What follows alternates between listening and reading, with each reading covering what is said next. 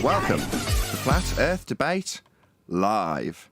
I'm your host, Nathan Oakley, and if you are new to this channel, or you've not done so already, then be sure to subscribe, hit the bell notification icon, and join button if you'd like to become a Nathan Oakley 1980 channel member and keep up to date with the Flat Earth Debate. If you would like to support the channel, there is a super chat that runs alongside each of these shows while they are live, and there's also a PayPal, Patreon, crypto, and thanks button in the info box below the video. Most importantly, if you'd like to join the discussion, simply mute the page you are currently watching, then click the link in the info box below this video to join the panel and express your views on the nature of Earth. If you do join, please don't swear. If you do, you'll be ejected, and if you are, please don't try to rejoin the stream using sock accounts. You'll be warmly welcome back on the next stream. Please also share the show on social media. Sharing the show obviously increases the live audience, but this in turn increases the chances of a more diverse panel, so please share the show on Facebook and Twitter. One last time, if you're new to the channel or you've not done so already, then be sure to subscribe, hit the bell notification icon and join button to keep up to date with the Flat Earth Debate. Now we are joined by Refracted Curvature, Chocolate Sane, Arwin, 10th Man, The Adam Meakin, Brian's Logic, Neil, and a whole bunch of people in Discord. So welcome one and all.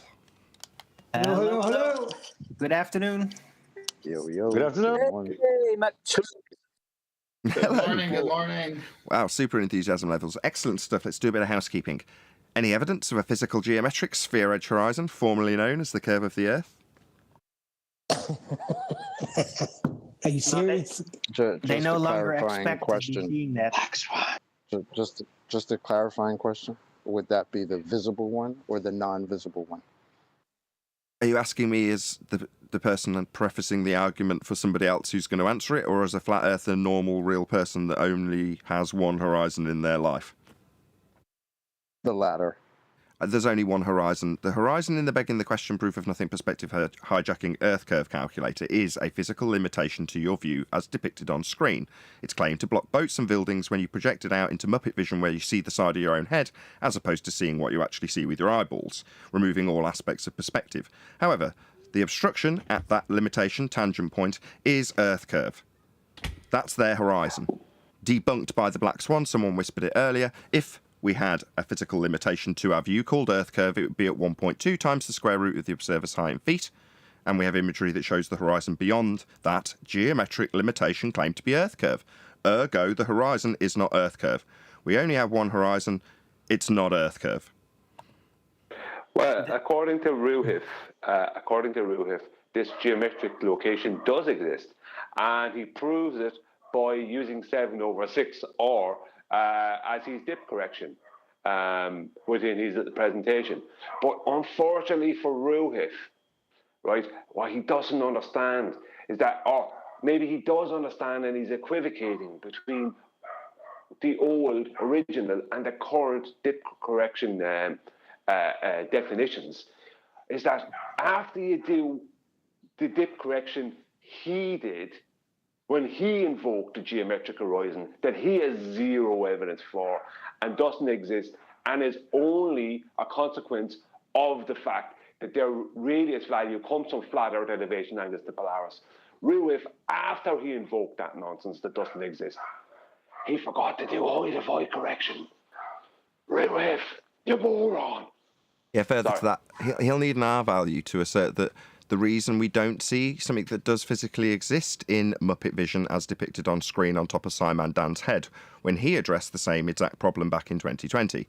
To assert that we don't have an Earth curve blocking boats and buildings, we have a refracted, non-geometric position at a rate of 7/6 of a radius value that you can no longer measure because you can't obtain the geometry anymore if it's all refracted. Meanwhile, we've only got one horizon, and their assertion leads you to having two horizons. If you're saying the geometric horizon really does exist, it's refracted into a non-geometric position, well, that means we've got a geometric horizon and a non-geometric horizon, as depicted on screen. That's two horizons. The geometric, formerly known as Earth curve horizon, and a refracted won't be blocking boats and buildings horizon at a rate of 7/6R when depicted in orthographic view with the side of your own head visible. So on the right-hand side of this image, you've got your own head in shot to assert that the line that you're seeing curves around a predisposed R-value-based radius of a sphere Earth at a rate that light will bend because it's moving through sphere-shaped air. Now, air doesn't take the shape of a sphere in atmo, that's air, sphere, but they assume it does because they assume Earth's a sphere and the air around it is sphere-shaped. Therefore, when put into Muppet vision and excluding all perspective, you have a bent line of sight to the thing you're seeing. Well, lines of sight are straight, but their line of sight in Muppet vision is now bent at a radius value that they haven't got any way of measuring anymore. Is there any evidence of the R value that he's assuming when he bends the light at a rate in Muppet vision of 7/6R, aka terrestrial refraction? No, they have to make the question. Objection. They have more than 2 horizons. Can you go to Master B, please?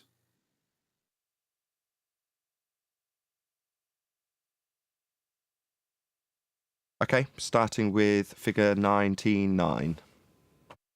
Yes. So you see here, see if you can follow along what I'm saying here.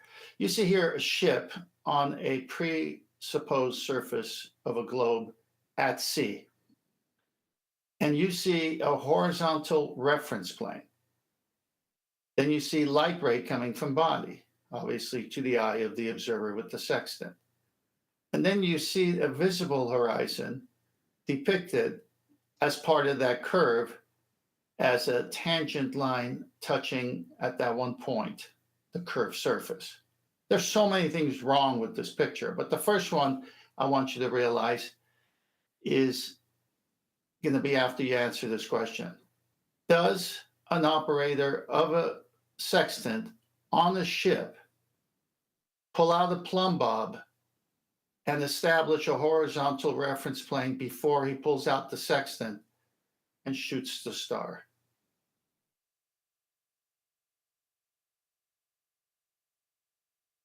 Is that rhetorical? No, just pulls out a sextant. Yeah, they pull out sextant. But here they've got a horizontal reference plane as if they pulled out a plumb bob and know what that is before they do the sextant. Where did they get this from? This activity, this straight line through the observer's eye horizontally is never happening. This is a fictitious line. They don't pull out a plumb bob. Wouldn't the plumb bob be establishing vertical though? Well, the vertical gives you horizontal immediately because it must be perpendicular. So that's why in the bubble sextant and the artificial horizon and the theodolite that's level with leveling devices, or even the plumb bob hung underneath the theodolite, once you establish vertical, then you already got horizontal. Sorry, who presented this to you? Where's this from? Well, I'll get it for you. Let me finish. I mean, I've got all these things cited and everything else. Don't worry about it. Well, I just wanted to, just while you've got it up, I'm sorry, I know you've got a flow that you want to keep to, but on this, you've got bottom line with dip, and it says, quote, visible horizon, correct? Right.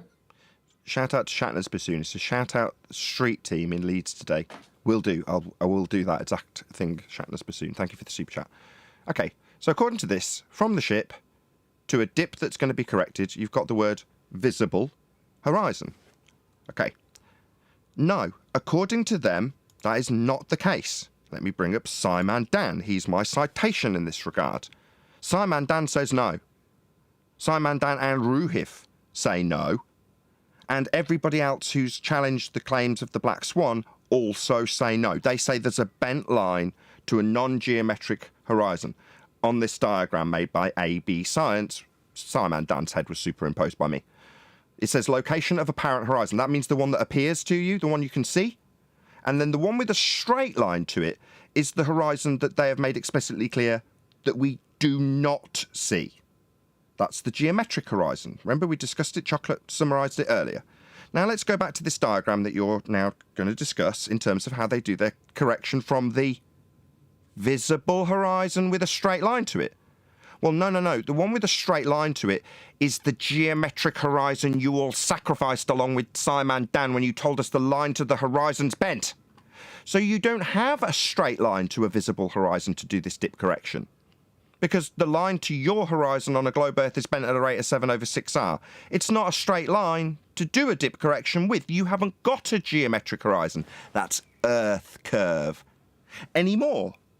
You gave up your geometry. You bent the line to this quote-unquote visible horizon. Not anymore. You may continue with this, which is probably being undermined by me severely, but I'm sorry. No, that's the other point you can draw, which you did, because obviously Black Swan destroys, and you just destroyed it with the Black Swan argument. Okay, so what I'm trying to say here is that on that debate with John, Refracted Courager, they kept wanting to use this horizontal reference plane by saying you can get an angle to a baseline without using the Earth. You can have that horizontal, which is what they mean when they say baseline without using the Earth. So, like this reference plane is seen here. Okay, at sea, using the Mariner sextant, when is this ever done? I have never read in any part of, from start to finish, that you must establish a horizontal reference plane before you use the sextant. You see the trickery here. Now let's move on. This will all make sense. Next one. Before you do, Sure. I'm sorry. I just want to give 10th Man a few props. When he says all the stuff he's read, he's probably spent, I'm going to say $2,000, but it's probably closer to 5, on Mariner's books about the sextant and celestial navigation in general. And it's a huge sum of money. I don't have that kind of money to spend on anything ever. But over the course, since 10th Man aired this argument publicly, more in the pre-shows as we were building up over the 12 months it started to build, and then when it was finally, out there in a full, concise way, between those two times, 10th hasn't just sort of gone, right, here's my argument. He's gone out and spent an absolute shed ton on books. So, this has been an expensive endeavour. So I just want to highlight that, because you're like, in all the stuff I've ever read, what he means by that is a stack of books about 3 feet high that's cost thousands, and I'm not even joking. Anyway, I just wanted to say that because I know you've put a lot of money into this. It's well over 5. It's well over 5G, and it's because I bought a German-made sextant, an A10 bubble sextant, a box sextant, an artificial horizon rather than using a pan, other paraphernalia, and the books, and the hours and hours of research. And I probably put in minimum an hour a day on it. And I watched so many of the videos that I've watched already 10 times. And like everyone knows, when you get familiar with the material, then you wait a minute, based on what I saw later, that contradicts this thing that I saw earlier that I didn't know what they meant by it. You see, this has been a journey for me. And the longer I'm on it, the more it pops out. And like I said, all of the books that I got are globe books. They use the sextant, an angle measuring device, and an angle is 2 straight lines that meet at a common point called a vertex. They use the globe books and that tool and tried to tell us we live on a ball. No book have I bought as a flat earth celestial sextant instruction book, not one. So when Ruhif said on the show, oh, look, here's 10th Man, and then they play a recording of me saying I bought 4 copies of The Practical Navigator by Nathaniel Bowditch. It's because I wanted to see what the earliest version said versus the newer version. I even downloaded the original one on PDF and combed through that.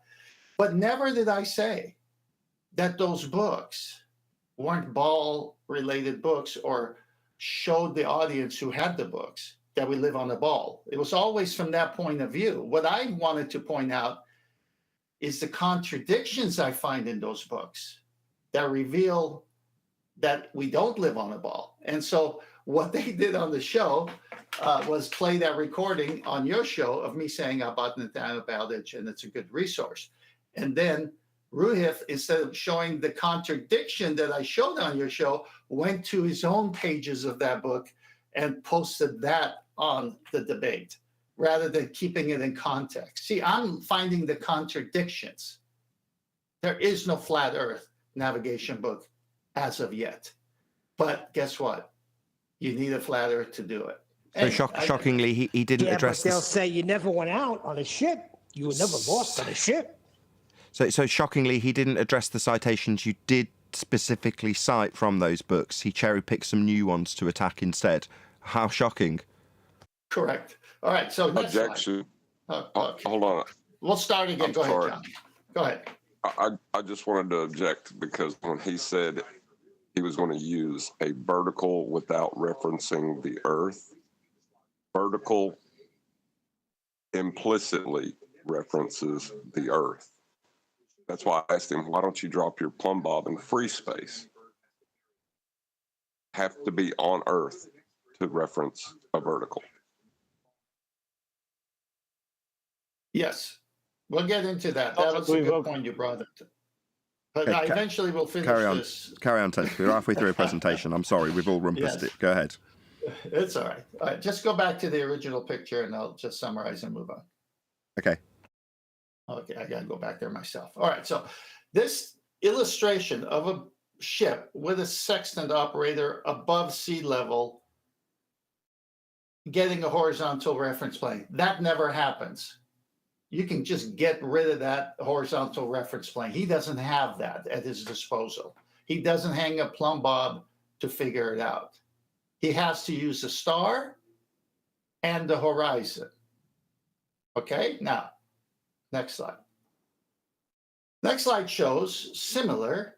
The observer eye would be the same as on the ship. It's above the surface of the earth, and it's called a sensible horizon. And then you've got the dip to the actual visual horizon. On this picture, they don't even show it touching at all the earth. And then they've got the geometrical horizon, and that is refracted and touching the earth. Interesting. Next slide. On this slide, you have the observer's eye again above the surface of the earth, and it's labeled sensible horizon. Where's that line going? Where's that sensible horizon, horizontal reference line going? When you say where's it going, it's parallel with the geoidal claim to be horizon, and it's Yeah, but in the passing through- celestial sphere model, that's going to the extending all the way to the celestial sphere. Right. If you were to Okay. draw out what you had in terms of the angle measurements from the sensible horizon at your eye line, then you'd have the half of the celestial sphere above you. Correct. Correct. It's going to infinity. Correct. Thank you, wonder- Brian. Thank you, That one's Brian. a mess, Tim. Because Oh, the visible, the geometric, and then that bendy red line all meet the eye at the same point. Hold on, we're not there yet. Go on, 10th. yeah. Oh, sorry, Okay. I'm back. Sorry. Okay. So now you've got the sensible horizon, which they say must parallel the geoidal. Now, what's the geoidal? That's where your eye is on the water. When you do dip correction, bring your eye on the water, and your eye becomes the tangent point of that parallel line. Now, is that matching the sensible? Absolutely. What must these two match for everything of theirs to work? The third, the equatorial plane, the celestial horizon, the equinoctial. It extends after the Earth's surface when it penetrates through it all the way to the celestial sphere. So you've got three horizons here. And the center one is what? Got a box there with 4 quarters of that circle, all 90s, as Brian showed before. Next slide. Here we got the surface of the Earth, the geographical horizon, which obviously their geometry doesn't match. And then the visible horizon, again, not touching the surface of the Earth. I don't know why, but it's not. And then the dip, and then the sensible, again, that the observer on an ocean with a sextant never has ever. The observer, if he had that sensible horizon, then voila, no dip correction needed. Why would he do it at sea? See, this counterintuitive here, because at sea, when you use the actual horizon, you must do dip. Well, if he's already got the sensible horizon, he doesn't need dip. You follow what I'm saying? Yes, in other words, if it's established a horizontal baseline, what's the point in doing dip? You're only doing dip to correct it to be a horizontal baseline. Correct. Okay, so move on. So if we pull out some definitions, was it Ruth who said definitions don't mean anything? He said the effing definitions of Yes. words are meaningless. Okay, well, that's what they don't want to go to. But in this book of astronomy by Norman Lockyer, and look at his credentials: Fellow of the Royal Astronomical Society, Editor of Nature, revised, specially adapted to the schools of the United States. This has made its way across the pond. What's he say? Like, next slide. The sensible horizon, on all sides of us, we see a circle of land or sea, or both, on which the sky seems to rest. This is called the sensible horizon. If we observe it from a little boat on the sea or from a plane, this circle is small. But if we look out from the top of a ship's mast or from a hill, we find it greatly enlarged. In fact, the higher we go, the more is the horizon extended, always, however, retaining its circular form. Now, the sphere is the only figure which, looked at from any external point, is bounded by a circle, and as the horizons of all places are circular, the Earth is a sphere, and nearly so. I don't know how he gets that logic, because I could stand over a flat surface after having my eye on the flat surface and not seeing much, and as I stand on the flat surface, I see more of the flat surface. So this is a joke. But notice what he shows the sensible horizon touching as you go higher. The surface. They have it as a horizontal line going out to space. What's wrong? Am I missing something? Yeah, no, you're not. We only have one horizon. You're not missing anything. Right. So all those depictions of it being horizontal from the eye of the observer and going to the celestial sphere, when in the astronomy, the definition is, no, you got higher up and you have a different angle of it looking at the horizon where the sky meets the Earth, the apparent position. It's never straight. You don't see it straight here. How come he doesn't have it as a horizontal? How come he has it always? So the sensible horizon is the visual horizon, but at a higher level looking down at it. But they got it as a horizontal line. Yeah, because you need it to be horizontal. That's the basis of the navigation methodology. So that's why they've got three. Let's just bring it back up. They've got three horizontals in the case of the blue ball with the center marked, Earth, figure 1, 2. Like, yeah, you've got lots of horizontals. You're going to transpose what's down into the center of a protractor and call it a globe Earth, but you're still dealing with horizontal, geoidal, celestial, sensible. Yeah, they're all horizontal, because that's how the maps are going to work. That's how you're going to plot your position with triangles. They haven't got curved bases. They're triangles. Now, sorry. Well, no, I was going to say. The sensible horizon would have to be the visual horizon, because if it wasn't, it wouldn't be a horizon. Right. No, this is my point with this drawing in this book. He's got the sensible horizon on a plane at mid-height and at the summit of a mountain. And as you go higher, you see more. It's obvious. You do that on the flat surface as well. If you went to the salt flats and you put your eye to the ground of the salt, it's called salt flats, so pretty large area that's flat. If you get as low as you can, how far do you see? Where's the horizon hit you? Where the sky hits that salt flats to your eye, if you're 1 inch above it. Well, it's going to be closer. That's like of the plane here in this picture.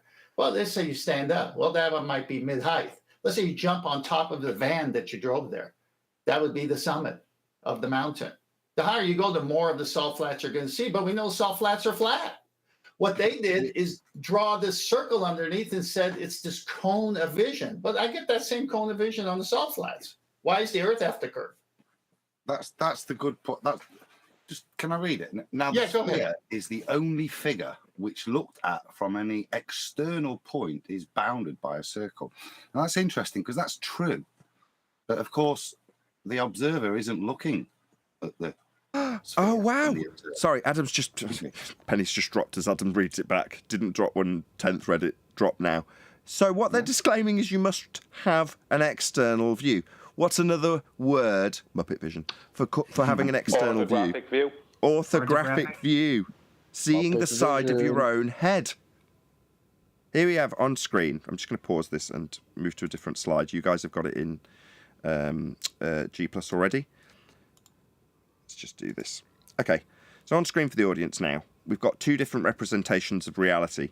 One is the only representation the globe Earth will ever give you, because it's the only representation they can give you. It excludes perspective. It includes the side of your own head when making an observation. This is not how you see the world. This is not a horizon. This is a straight line to a tangent point. That would be a geometric Earth curve edge that they've bent. Just thought I'd drop that in there. They haven't got this anymore. This is old and dusty Earth curve with a geometric limitation, hill in the way. Now we've got bent lines. But we'll put that to one side for a moment. This is Muppet vision, fondly named by us, meaning you can see the side of your own head, but actually known as orthographic view. Now, a target in orthographic view, if I put a building on the other side of this circle, I can ascribe a feet and inches value to the target. I can say a 100-foot building is on the other side of this Earth curve obstruction, geometric in nature. But a 100-foot building on this side, let's call it 5,000 miles away on a globe Earth, doesn't change in size, regardless of how far away it is or how far round the curve they say it is. The only reason it gets obscured, the 100-foot building, is because Earth curve gets in the way. Now, in reality, if you'd got 5,000 miles between your actual view, now we're going to move to the right-hand side of the image, do you think you'd see a building in this mist at the horizon at 5,000 miles? No, the angular size, that's the perspective that you actually get in your reality, would be too small. You wouldn't see a 5,000 mile distance with a 100-foot building. And you wouldn't describe it that way in physical reality either. You describe it as an angle, because that's what you're seeing. It reduces with distance, not an orthographic view. 100-foot building is 100-foot. If I put the 100-foot building on the far right-hand side of the page and say it's 20,000 miles away, well, it's still a 100-foot building. Well, that's how their maths works. They exclude and remove and hijack the effects of perspective to call them Earth curve in geometric terms until you demonstrate that that isn't possibly the case with the black swan argument. Then they bend the line, giving them no means of doing the geometry when they start claiming that they're going to do dip correction from a visible horizon that we cannot see. Here's that on screen. The visible geometric horizon they say we can't see with a straight line to it, aka now refracted according to Ruhif with 7/6 of a radius in Muppet vision. They don't have this straight line to do dip correction. This visible horizon is not visible to do dip correction with. They're correcting from a non-visible horizon that they manifest when they claim they're doing dip correction. Beautifully summarised by Ruhif, by Hoymar, different opponents, when he was grilled by Adam and QE. But they're manifesting a non-visible horizon. Well, here it is in the books. Needs to be visible to correct from it. You don't have a horizontal line. You're not dropping out plumb lines and getting 90 degrees to them because you wouldn't need to do a dip correction. Anyway, there's more switcheroo than that. A lot more. Yeah, let me read it again. Now, the sphere is the only figure which looked at from an external point, which is what we're saying orthography, is bounded by a circle. Now, if you try to draw it off, that again is false, okay, in the sense. So what they've done here is to support the statement is they've reified the horizon as their leading geometric. So to draw your circles in, they're saying that it's going to create, but these are circles of vision. So whether the plane is plane, a proper plane, or whether it's stood on a sphere, the circle of vision will always be a circle as you rotate around, because the circle of vision is created by the lens. It's not created by the topography or the nature of the surface at all. The circle is created by the fact that you've got a lens, and the center point is where you see the furthest. So to turn around, that's the furthest point. That'll create a circle. Whether, irrespective of the surface, how you adjust for the surface is different, but you're always going to get that circle of vision. So they've mixed that and they've switcherooed it with trying to say that the justification is within the orthographic view. So the only way, the only figure which looked at from any external point is bounded by a circle. It's easier to see on there, but still draw circles on a flat plane. But that's the switcheroo for me. And very normal. Adam, wait until Nathan shows you the next one. So Nathan, I wanted to see if there was another one that would say the same thing. So go to the next slide I put up. Tell me when it's on the screen. Yep, it's up. Okay, 152. On all sides, as we see a circle of land or sea or both, on which the sky seems to rest, everyone, listen up. This is called the sensible horizon. Hang on which the sky seems to rest, on land or sea, where the sky meets the earth, apparently. This is called the sensible horizon. Hold on. That's not what this last diagram shows. The sensible horizon floating in mid-space. Yeah, exactly. So when I say I find contradictions, you'll see, because Adam pointed it out, and it gets pointed out here. When he doesn't use a mountain, he uses the mast of a ship. Continuing on. If we observe it from a little boat on the sea or from a plane, this circle is small. So there he puts the plane. But if we look out from the top of a ship's mast or from a hill, remember, a previous one was a mountain, we find it largely increased. In fact, the higher we go, the more the horizon extended. Well, yeah, that's normal. Always, however, retaining its circular form. Now, the sphere is the only figure which looked at from any external point. There they go, sticking it in, is bounded by a circle. That's not true. And the horizons of all places are circular, and the Earth is a sphere, or at all events nearly so. And then he goes on to talk about the North Pole, South Pole. See, they're stuck in this, begging the question that I've got to explain what my eyes show me, but I've got to make sure I'm on a globe rather than taking the assumption out before they start. Okay, I'm just going to do a couple of quick super chats. Sorry, guys. Shout out to Godzilla37, who says, Devil's Advocate is offering free tickets to Narnia in the chat. Just leave your brain at the counter for yours. Thank you very much indeed for the super chat. Really appreciate the support. Godzilla37. And there was another one as well. Let's see if I can find that. Oh, where's the other one gone? There it is. The Price of Adam says, your globe books are our flat earth evidence. Yeah, that's the point that was made right at the beginning of this little section, Adam. So yeah, what 10th is saying is none of them are flat earth books. They're all alluding to be from the perspective of a sphere, and at various stages of the book they'll say, oh yeah, and you're still on a sphere. Here's a bent line meeting a straight line at 90 degrees. Shout out to Eli. He's been saying that begging the question is the worst of all fallacies. Yeah, you're indoctrinated from birth. You're indoctrinated from birth to believe you're on a sphere, therefore begging the question's an acceptable fallacy for them. Yeah. Go on, Adam. That's why this sentence stuck out to me twice now, the same thing. So we're going through factual stuff, what we're doing, fair enough. But why do we need this little bit of rhetoric?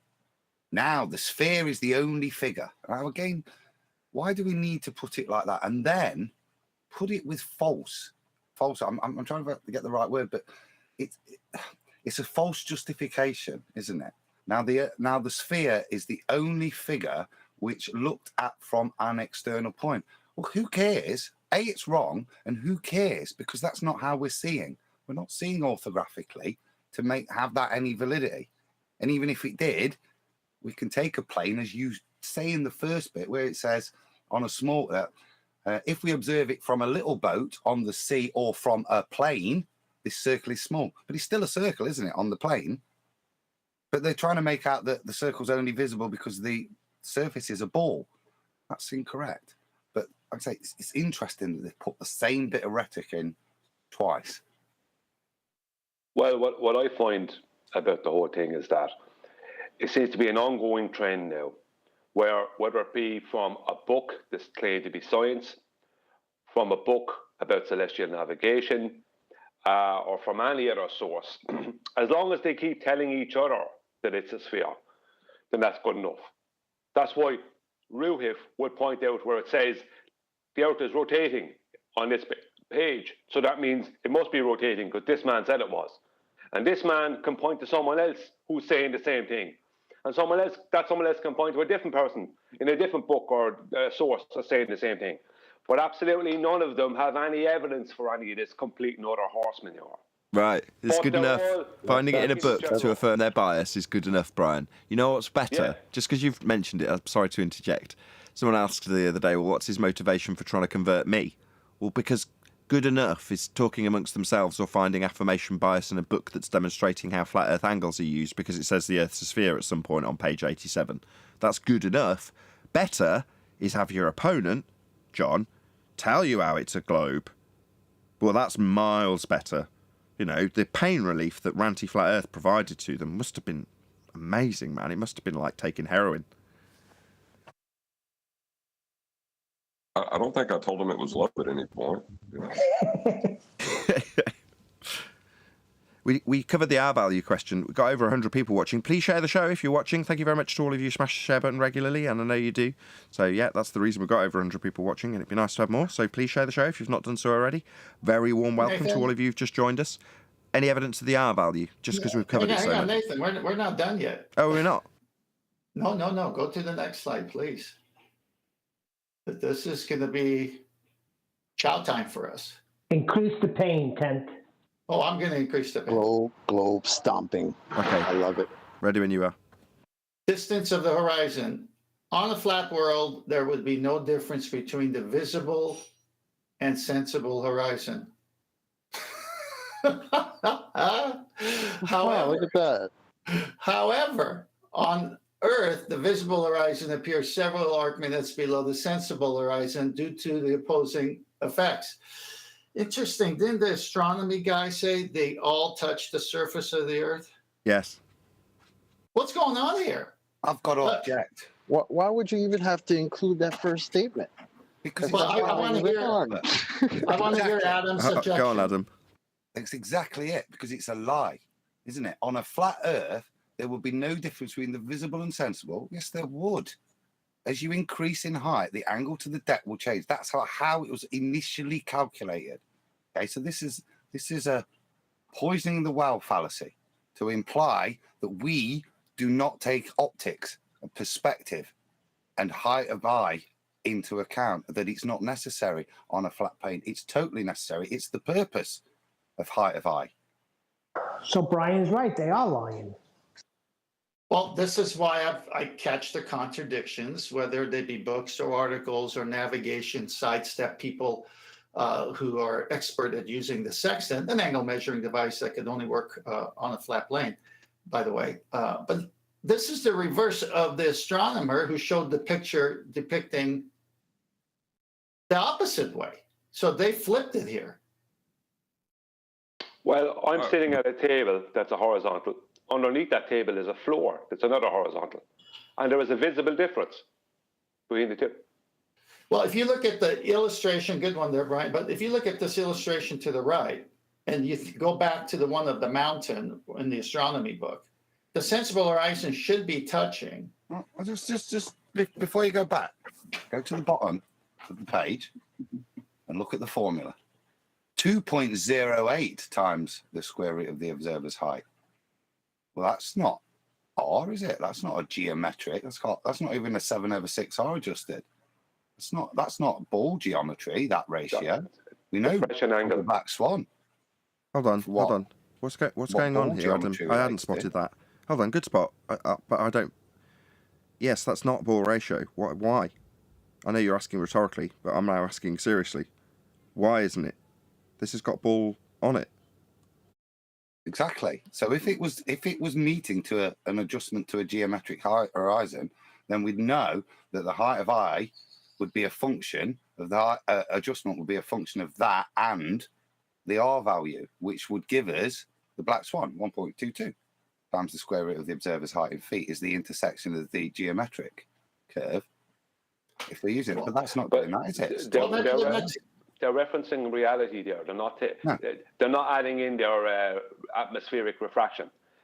This is after atmospheric refraction. They're trying to somehow reference a reality.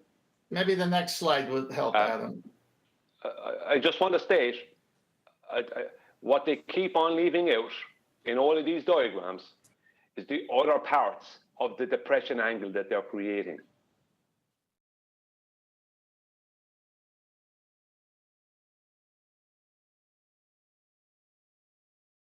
What, from their zenith? All of these are depression angles. What's a depression angle? An angle down to another line that's a horizontal back to its source. That's a depression angle. It is. Two straight lines. All it is a depression angle from the observer's eye, which would create the reference line to like a horizontal reference line, and you're looking down. That's a depression angle, and that's all that is. Except you're not really looking down, you see, because the horizon rises to eye level. What you're doing is the adjustment between that little bit of down. It's just height of eye. Yeah, it's just height of eye. And that's exactly what it is. It's just that height of eye, and as Brian describes it, that depression angle. But it's not a geometric depression angle. Remember, it's because we're not doing this orthographically. We're doing it through the lens, through the eye. So it's that differential of the height of eye above the deck and how that slightly adjusts that depression angle for you to define a level. Yeah, when you're looking at the right, that's all it is. But it's not a geometric function. It's an optical function based on height of eye above the flat deck. Not in these maths, it isn't. This is orthographic. Hello, Paula. I know. Hello. But look again, 1.92 this time. But that's why they're using. But that's why the Mariner sextant uses the horizon, so it can describe the vertex coming down to the surface of the water. That's the whole point of it. Otherwise, why would they? The whole point of using it is for that reason. Yes, so, that's correct, because we've only got one horizon, and that's what you're looking at in the horizon mirror. But as on screen now from Andrew Thomas Young, H being the marked position of their claim to be refracted horizon, it doesn't have a straight line to it. You can't get any angles from it. But just look at it. All of that calculation is geometric. Yeah. There's nothing. It's perspective hijacking. Yeah. Or remember where the data is coming from. It's coming from a source that has perspective, and yet it's described, as orthographic. All of the data, it can't be. Yet you can mishmash the two and paint that perspective data off as orthographic Earth curve, just like they do with the calculators. That's all that's going off here. I can only assume. Plus all his refractive curvature, all his refractive calculations were done on a plane surface. Indeed. I assume you've joined for a reason. You typically only have a purpose in joining, Paula. Yes, I do. All these days, Phil is in the chat saying the almanac has refraction in it. The almanac has refraction in it. So I looked it up, and I found that the first thing I found, I mean, it's easy enough to find this information about problems in navigation and how they have to deal with refraction. But it's refraction, they're assuming where the location of a star is because light from space hits the atmosphere and bends a little. What we're all talking about that he's confusing this with is refraction along the ground due to atmospheric conditions, which would be impossible to put in an almanac. So it's just so glaring I had to join example of how he misunderstands what's in an almanac and what refraction they're even talking about. Okay, refraction tables are crucial for celestial navigation. They recognise that if we've got loads of thick air to look through, it will have an effect, which is why it advises to try and get a fix from stars above 20, because you're not going to have to really adjust at all. I want to dumb down what you've both just said. So what Paula's saying is, in the almanac, it suggests that you should correct if below 20 degrees, which is what Adam's clarified, for stellar refraction. Yeah. Now what? Just to add to that, the point, those tables are there, but they in no way, and this is travelling below 20 through the air, the atmosphere, however you want to describe it, that would be subject to 7/6R. Yeah, it should be. It's got to travel through that air. But these tables in no way have that kind of adjustment. Okay, they're very minute differences that are there And they're basically adjustments, back calculated adjustments on where the stars should be. And they notice all the stars are where they should be above certain altitudes, but at certain things and with certain humidities in that, then through practical experience, they've done some tables that you're best off making an adjustment if it's really humid like this and it's at 14 degrees, kind of tweak it by this much. These are done through practicality of where the star should be, yeah, and these adjustments, but they're not accurate because they can't be accurate. But fundamentally, what they're not adjusting for is a 7/6 refraction. I can tell you what they are adjusting for. That the model, the celestial sphere model, is flawed. We don't see that at 20 degrees and below, or we don't see a celestial sphere. So they have to take the sky we do see and bend it to match that model. But it's still a flat plane model. Well, it's still trouble for them. The thing is that Phil is always talking about a horizontal refraction, or vertical in the sense it's sticking around the ball, where light from a distant building or mountain is curving around the surface of the ball. That is not the kind of refraction the almanac is dealing with. And in this article from 2012, it says refraction of light as it enters the atmosphere is still one of the largest uncertainties in celestial navigation. So that isn't even the same problem. He thinks that we're talking about, that the almanac is talking about stuff we see along the ground that we see too far that is refracted over the edge. And he's saying, see, that refraction is in the almanac, but it's not. It's where the location of the star is. That's correct, Paula, 100%. What's going on is Phil and all the rest of them. And Ruhif knows better, but he's been confusing as many people as possible on this. What they're doing is they're equivocating between real and actual celestial refraction, which is a downward correction because the star or whatever appears higher in the sky than it actually is. They're equivocating between that and their 7/6R, which they're adding in for a dip correction. The current dip correction is 7/6R correction, right? But that just corrects from a mathematical geometric horizon that nobody sees up to the real world, basically, the real horizon, the real world. So when they talk about refraction and think it has something to do with the globe, they're equivocating between the current dip correction, right, which is a mathematical correction to a geometric horizon that doesn't exist, from there up to reality, basically, right, which is an up. And then but then they don't bother talking about, and the proof of this is, look at Ruh's presentation. There wasn't a mention about height to height correction because he equivocated at that point between height to height correction and their 7/6R dip correction.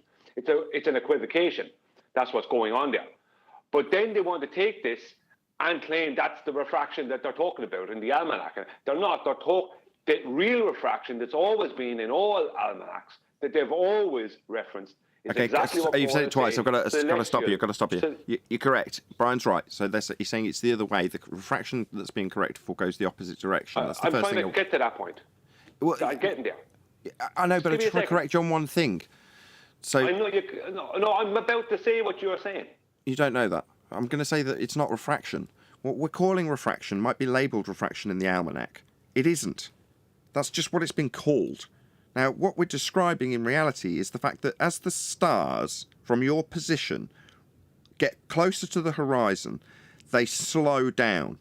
Now, I suspect, and this is why I interrupted you rather than anybody else when they said the same thing, including Paula, is because I suspect, and you suspect, Brian, that this is an effect of perspective. Now, in terms of where we say it should be, if we account for that in a linear perspective fashion, I would assume that that would be enough of a correction, because it doesn't move around a protractor in a way that it would if it was attached to the outside edge of a physical dome as the light moved around it. That doesn't tally. But we have a linear relationship, which would mean that as it reaches the horizon, it does, in fact, and apparently, slow down its movement as it reaches the horizon. That's what the correction's for. Now, that slowing down of the star as it reaches the horizon has been called refraction. Does that mean it is? No. Nobody's showing me that that's because light from space is bending as it reaches a sphere-shaped air. That's what they're calling it, though. It's the law of halves, isn't it? Sorry. Oh, right. It's the law of halves in terms of perspective, because it keeps halving and halving as you go into the distance, which will create a little bit of a curve and a slowing down of it disappearing. Thank you, Adam. I just don't want everybody to say, well, because it's called refraction, well, refraction's refraction, right? Well, it doesn't matter. It's just what rate we say our refraction is, and this rate might be different to 7/6 of a radius, but it's still based on the radius and the atmosphere. No. Why is this effect of the star slowing down towards the horizon, which I suspect would be a perspective description in terms of the linear rate that you would observe, called refraction? Well, because they've probably hijacked perspective again. Shout out to Mike808 for the super chat. We did it on, I don't know if it was Ballbusters or no, it must have been a Ballbuster, maybe a QE Live, but QE was giving a quote refraction from one of the guys, and the first bit, as always, is correct, except he used the word refraction. And I said I'd have no objection if he used the word raspberries or solar star shifts close to the horizon. Then there's absolutely no problem with it. It's the fact that they try to ascribe this incorrect positioning, to as refraction. That I have. I've got to do it to you now. I'm sorry to interrupt you guys with these corrections. To be pedantic, where they should be. What Adam means by where they should be is where we expect them to be when they curve around the arc of a protractor, labelled as being the projection of a perspective view, but actually the celestial sphere. Or when you calculate at a rate at a perfect circle from your position, it doesn't match. Therefore, when it slows down, it's not above where you measure it to be in terms of where it actually is above. So where it actually is, that's where somebody could be stood with the star directly above their head.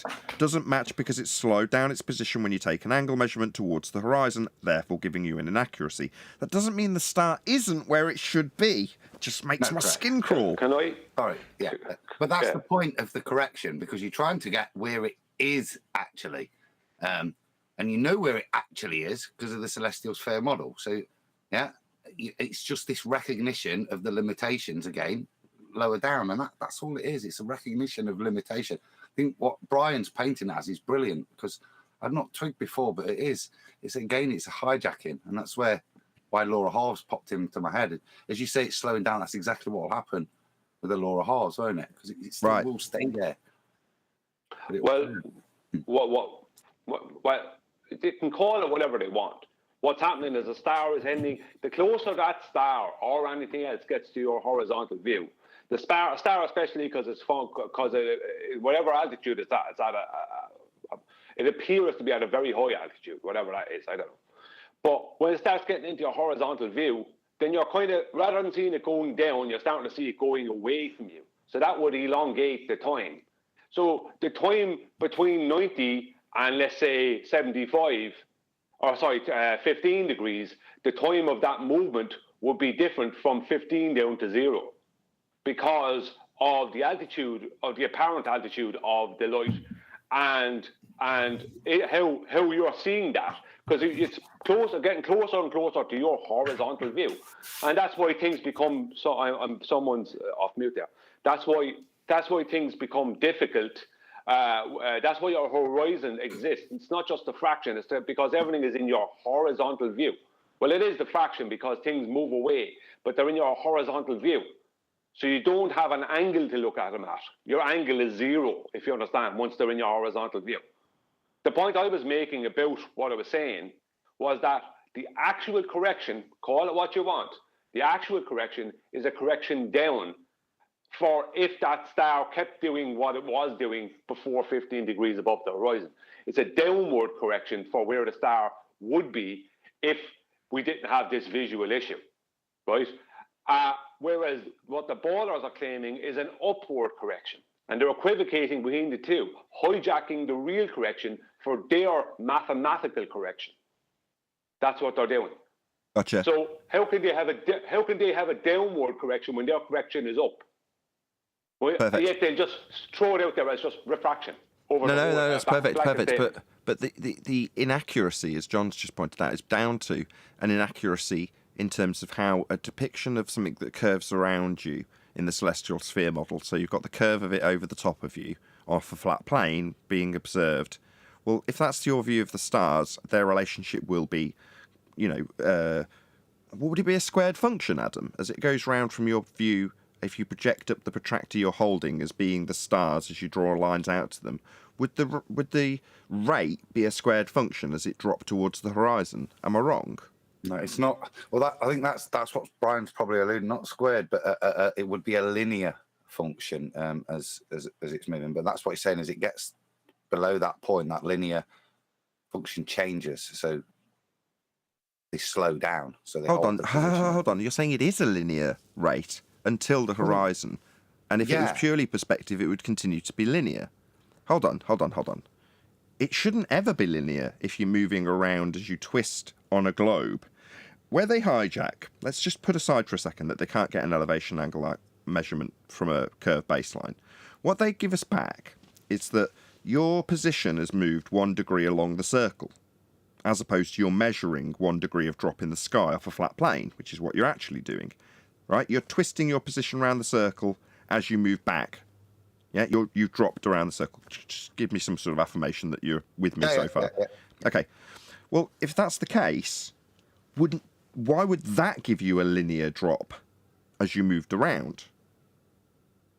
That would be that's the same. It's the same for both, because that linear change, 60 nautical miles per minute, is the same in both, because it's just in the description it is, but in terms of what you would actually observe, I'm almost convinced I'm right in this regard. As you twist your position round and look at something descending in the distance, wouldn't it increase its rate of descent as you edged ever closer to the physical obstruction, i.e. their globe Earth horizon in orthographic view? I'm saying the rate shouldn't be linear.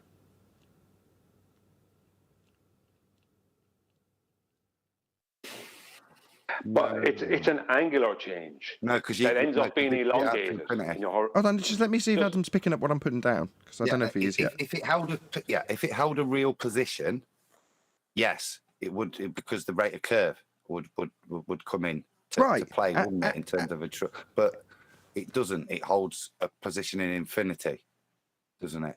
No, not in their model, it doesn't. In their description with celestial navigation, it does. But what I'm saying is, what they observe of their physical bodies at a position above the ground when you measure it is irrelevant to their description of twisting you round at 1 degree on a protractor.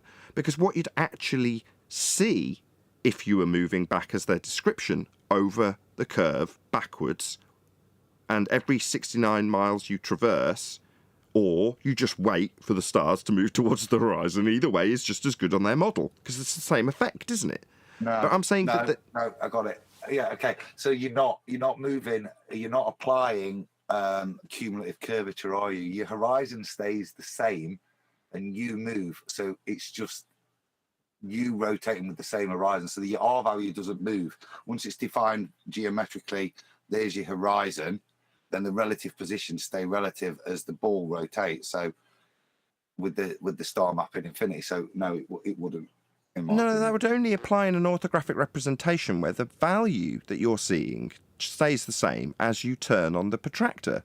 But what I'm saying is, what you would actually see if you were moving backwards, the representation of what would happen as it reached the horizon would, I would suggest, increase as it reached the horizon, as the rate that the curve creeps up towards it as you back away from it and the curve comes up, from your view, would increase the rate the stars would drop towards the horizon. It would not be linear and then slow down. No, because the curve's not changing. The curve's just a wall blocking your view at this point. So the relative positions between you, the curve, and the stars doesn't change, only the relative angle. Well, that's what I'm saying. The relative angle decreases. No, but only the angle of you viewing, because it's this whole. So you and the obstruction are fixed, and they're rotate. That you're both are rotating together. So all you've got is that plane rotate. There's no variance of R to thing. It's just the obstruction. No, but in reality, I can tip my head. If the suggestion is that the item's reaching then breaching the physical limitation that's below me, if I'm stood at the top of the hill in your example, so in the depiction on screen you're saying I'm at C, and the line up towards A is the line up towards the star. I'll just pause this so we don't lose it as an example. Hold on a second. And you're saying that... Oh, damn. Just in time. As I twist the ball itself in its entirety with me at C, you're saying that the line I hold moves up as the position that's going to be the star at A moves down as I go backwards. Now, you can suggest that, but what I'm suggesting is that that line between C and A, we're going to call A the star, is going to decrease as I go backwards, as it reaches the horizon. Now, you're saying the line in geometric terms in Muppet Vision. No, the line can stay with you, and you just look further and further back as it reaches the horizon, right? You're tipping back further and further on your ankles. Now, I realise relativity and all the rest of it. Let's just leave that out. But I'm saying that in literal terms, my view from C has A move down as I move back. Well, that lowers the line at an increasing rate as I go further back. It doesn't maintain this horizontal... what would it be? It would be a tangent plane, would it not, in this diagram? Why do I maintain the tangent plane from my perspective view in reality? I wouldn't. It would increase as it reached the horizon. The stars, if C goes back, the whole clock turns at the mountain, A, everything, which means that A goes, the line comes higher up, goes towards 12 o'clock more. As the whole thing rotates around. The whole thing's rotating, remember. So all that happens is, as you rotate, your line of A moves further away from the star would drop, and you wouldn't see it because the mountain's blocking it if C to A was the initial line. But as you then rotate, the star would drop below that, below the horizon, and the line C to A would be in front of the star now. Yeah, but you're still describing the same thing, aren't you? You're describing me maintaining that tangent plane at C as I rotate them. Yeah. Okay, and we're gonna have to agree to disagree, because I can't move out of their orthographic view to make my argument when I describe it from my positional seeing it rotating on a sphere, because that is not how it's described in their maths. So I'm going to lose eventually. I know I am. So I'm going to agree to disagree at this point. Well, something just quickly on it before you finish is the drop rate of Polaris, which is the first drop rate that they would have detailed. The drop rate of Polaris is no different than the drop rate of the other stars. But on their model, the other stars are dropping due to us being brought backwards and down, whereas Polaris is about us actually moving, not the rotation of a globe, us moving up or down that globe. But yet the drop rate is exactly the same. There's no difference in Polaris's apparent drop rate or rise rate. Hold on a second. There would be a difference. Go on, John. There would be a visual difference, I'd say. You're going to get the last words on the live show, John. Go ahead. We're allowing them a seat at the table by acting like the celestial sphere model is somehow their model. We're not talking about going over a curved surface anymore. It's a flat plane celestial sphere model, and it does not correspond to what we see. We make adjustments for what we know about the angle to the stars above a certain degree to match that model, which is a flat plane model. They have no dog in this race anymore. With that, I'm going to say, if you are watching this on either Nathan Oakley 1980 or Nathan Oakley Programming Streams, then stay tuned, as there will be an after show to follow. Unfortunately, though, if you are watching live, this is where we bid you farewell. A huge, massive, enormous thank you to all of you smashed the super chat, liked, commented, shared, subscribed, hit the thanks and PayPal button, all that good stuff. And another massive thank you to today's Discord and G+ panels for making today's live show possible. Once again, stay tuned if you're watching on either programming stream. I've been Nathan Oakley, and I will see you all in the next video.